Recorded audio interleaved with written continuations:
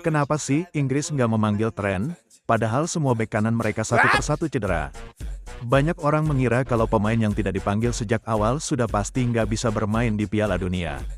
Padahal, Trent sebenarnya masih bisa dipanggil kapan saja sebagai pengganti pemain yang cedera. Masalahnya, Thomas Tuchel memilih untuk tidak melakukannya. Awalnya, ia membawa Reece James dan Livramento sebagai bek kanan. Saat Livramento cedera, Tuchel justru memanggil seorang bek tengah dari Chelsea, bukan Trent. Lalu nasib buruk kembali datang. Reece James ikut cedera, sehingga Tuchel terpaksa memainkan Quansah di posisi bek kanan. Namun di laga terakhir fase grup melawan Panama, Quansah juga mengalami cedera. Hasilnya, Inggris kini memasuki babak gugur tanpa satupun bek kanan murni. Dan banyak fans pun mempertanyakan, kenapa Trent tetap tidak dipanggil?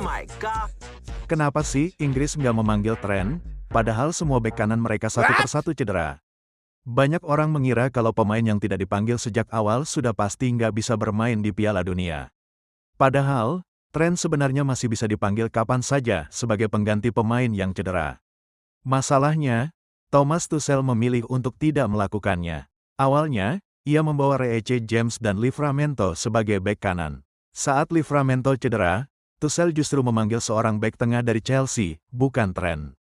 Lalu nasib buruk kembali datang. Reece James ikut cedera, sehingga Tuchel terpaksa memainkan Quansah di posisi bek kanan. Namun di laga terakhir fase grup melawan Panama, Quansah juga mengalami cedera. Hasilnya, Inggris kini memasuki babak gugur tanpa satupun bek kanan murni. Dan banyak fans pun mempertanyakan, kenapa Trent tetap tidak dipanggil?